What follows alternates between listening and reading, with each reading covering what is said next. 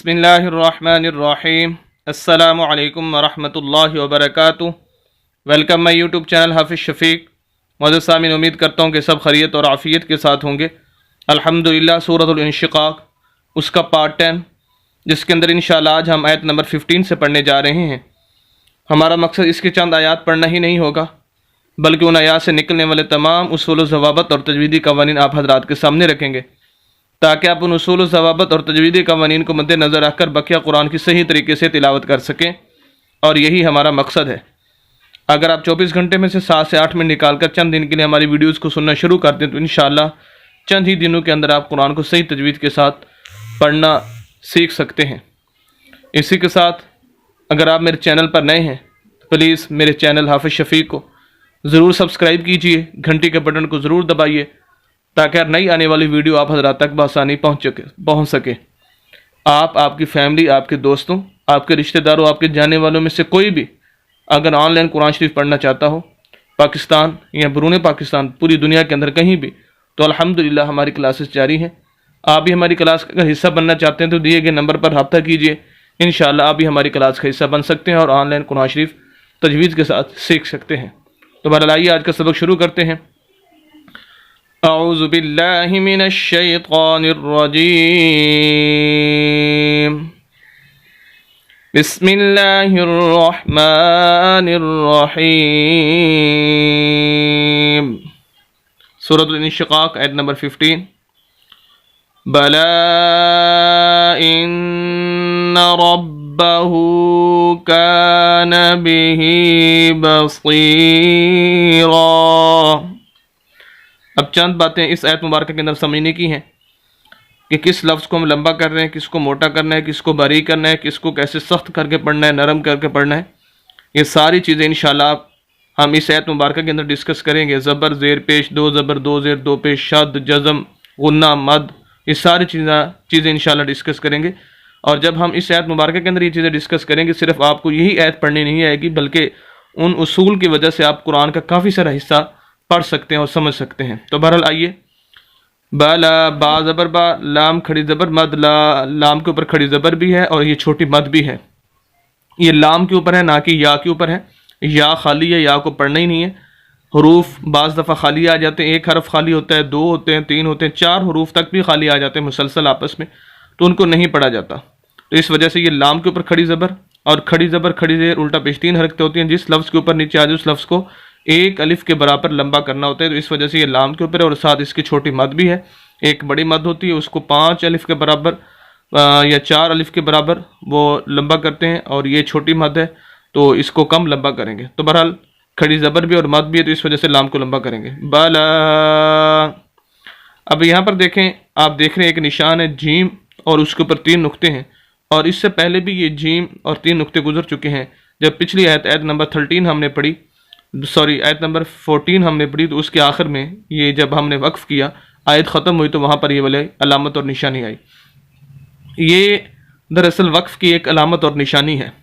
یہ جہاں بھی اس طرح کی علامت آئے گی وہ 2 جگہ پر آئے گی۔ پورے قرآن کے اندر جہاں بھی آپ کو یہ علامت نظر آئے گی 2 جگہ پر، جیسے یہ ہے اور اس کے بعد یہ، یعنی ایک مرتبہ آیت کے اوپر ہوگی اور ایک مرتبہ ایک لفظ کے بعد، جیسے یہاں ہے، تقریباً اسی صورت میں پورے قرآن کے اندر آئے گی۔ اس کا مطلب یہ ہوتا ہے کہ اگر آپ وقف کرنا چاہتے ہیں تو آیت ختم ہونے پر اس پر آپ وقف کر لیں۔ اگر آپ نے اس پر وقف کر لیا ہے، یعنی جہاں جیم لکھا ہوا اور 3 نقطے ہیں پہلے والے پر، تو آپ اگلے جو جیم اور 3 نقطے اس پر وقف نہ کریں، یعنی اب بلا پر ہم وقف نہیں کریں گے بلکہ بلا کو آگے ہم ملا کر پڑھیں گے پوری آیت۔ اور اگر ہم نے یہاں وقف نہیں کیا، پچھلی آیت کو ہم پڑھتے آ رہے ہیں الَّن يَحُورَ بَلَا، تو ہم یہاں وقف کر سکتے ہیں۔ تو دونوں جگہوں میں سے کسی ایک جگہ پر وقف کرنا ہے، چاہے پہلے پر کر لیں اور چاہے دوسرے پر کر لیں، وہ آپ کی مرضی ہے۔ تو یہ نشانی اور علامت اس بات کی علامت ہے کہ دونوں میں سے ایک جگہ پر آپ وقف کر سکتے ہیں، پہلے پر کر لیں آپ کی مرضی، دوسرے پر کر لیں آپ کی مرضی۔ تو بہرحال کیونکہ ہم نے آیت پوری کر لی تھی، ہم نے کل وقف کر لیا تو اس وجہ سے ہم یہاں پر وقف نہیں کر رہے۔ بلا ان، یہ حمزہ ہے، اس کو ہم الف نہیں پڑھیں گے، حمزہ پڑھیں گے۔ الف وہ ہوتا ہے جو ہر حرکت سے خالی ہو، اس کے اوپر نیچے کوئی حرکت نہ ہو، اور جیسے اس کے اوپر نیچے کوئی حرکت آ جائے پھر وہ حمزہ نہیں کہلاتا بلکہ الف کہلاتا ہے۔ الف نہیں کہلاتا بلکہ حمزہ کہلاتا ہے۔ اب اس کو ہم حمزہ کہیں گے، الف نہیں کہیں گے، ہم اس کو ملائیں گے نون کے ساتھ۔ وجہ اس کی یہ ہے کہ نون کے اوپر شد ہے، یہ شد کی علامت ہے، اور جس لفظ کے اوپر جس حرف کے اوپر شد آ جائے اس حرف کو مشدد بولتے ہیں. اب گویا نون کے اوپر ہے تو ہم کہیں گے نون مشدد ہے. شد والے حرف کو پڑھنے کے دو اصول ہیں پورے قرآن کے اندر. تو جہاں بھی شد آ جائے گی اس کے دو اصول پائے جائیں گے اور یہی طریقہ ہوگا اس کو پڑھنے کا. ایک یہ ہے کہ شد والا حرف ہمیشہ دو مرتبہ پڑھا جائے گا. ایک مرتبہ پچھلے حرف کے ساتھ اور دوسری مرتبہ اسی حرف کے اوپر یا نیچے کوئی نہ کوئی حرکت ایسی موجود ہوگی، یعنی زبر زیر پیش یا دو زبر دو زیر دو پیش، اس کے ساتھ دوبارہ اس حرف کو شد والے حرف کو پڑھنا ہے. اب دیکھیں حمزہ کو ہم نون کے ساتھ ملائیں گے. حمزہ زیر نون ان، نون ایک مرتبہ پڑھا گیا، پھر نون زبر نہ، نون کے اوپر زبر ہے، پھر اس کو پڑھیں گے تو ایک بن جائے گا ان. اور دوسرا اصول یہ ہے کہ شد والے لفظ کو ہمیشہ سخت کر کے ہلکی سی آواز کو رو کر پڑھنا ہوگا. یہ بات زیادہ اس حرف کے اندر، اس لفظ کے اندر سمجھ نہیں آئے گی، بلکہ جو آگے آ رہا ہے ربا، یہاں پر زیادہ سمجھ آئے گی. دوسرا جو اصول ہے. تیسرا اصول نون مشدد کی وجہ سے یہ ہے کہ نون مشدد پر ہمیشہ غنہ ہوتا ہے، یعنی جب بھی نون کے اوپر شد آ جائے اس پر ہمیشہ غنہ ہوتا ہے. اس طرح میم مشدد بھی ہے. تو غنہ کیا ہے کہ اس حرف کی آواز کو ایک الف کے برابر ناک کے اندر لے کر جانا غنہ کہلاتا ہے. ان یہ غنہ ہے، تو ہمیشہ شد پر غنہ ہوگا. آگے دیکھیں ربا. اب یہاں پر دیکھیں شد والے حرف با ہے، را کو با کے ساتھ ملائیں گے، با ایک مرتبہ پڑھا جائے گا، پھر با کے اوپر شد ہے، با کے اوپر زبر ہے، پھر ہم با زبر با ربا. ایک اصول یہ پایا کہ اور دوسرا یہ کہ سخت کر کے پڑھنا ہے با کو. ربا ہلکی سی آواز کو رو کر لفظ کے اوپر زور دے کر ربا ربا. تو یہ طریقہ ہے شد کو پڑھنے کا. ان ربہ، یہاں پر اس وجہ سے زیادہ کلیئر نہیں ہو رہا تھا دوسرا اصول، کیونکہ یہاں پر غنہ ہے، اس وجہ سے پتہ نہیں چل رہا تھا، جبکہ یہاں پر غنہ نہیں ہے، تو اس وجہ سے یہاں پر دوسرا جو اصول ہے لفظ کو سخت کر کے پڑھنا، ہلکی سی آواز کو روک کر پڑھنا، وہ زیادہ کلیئر ہو رہا ہے یہاں پر. بلا ان ربہ، ہاں الٹا پیش، کھڑی زبر کھڑی زبر الٹا پیش پیچھے بتا چکا ہوں. جس حرف کے اوپر بھی آ جائے گی اس حرف کو اوپر یا نیچے ہوگی اس حرف کو لمبا کریں گے. تو ہاں کو الٹا پیش ہے اس پر، تو ہاں کو لمبا کریں گے. کان بہ بصیرا. یہاں پر ایک اہم بات سمجھنے کی ہے جو کہ بہت ہی ضروری ہے، پورے قرآن کے اندر بار بار استعمال ہوتی ہے. پہلے اس کو سمجھنے سے پہلے یہ سمجھ لیجئے کہ زبر زیر کے پیش کو پڑھنے کے تین اصول ہیں کہ زبر زیر پیش والے لفظ کو لمبا نہیں کیا جاتا، زبر زیر پیش والے لفظ کو جھٹکا دے کے نہیں پڑھتے، زبر زیر پیش والے لفظ کو مجہول نہیں پڑھتے. یہ تین اصول ہیں. ہم بات کریں گے، اگر آپ ان کی ڈیٹیل دیکھنا چاہتے ہیں تو چینل پر میری مستقل ویڈیو موجود ہے، وہاں جا کر آپ دیکھ سکتے ہیں. ہم پہلا جو اصول ہے اس پر بات کریں گے کہ زبر زیر پیش والے لفظ کو لمبا نہیں کیا جاتا جب کہ ہم یہاں پر کاف کو لمبا کر رہے ہیں. کانا کانا، اور کسی بھی حرف کو ہم نے لمبا نہیں کیا زبر زیر پیش والے لفظ کو، لیکن یہاں پر ہم کاف کو لمبا کر رہے ہیں. اس کی وجہ کیا ہے؟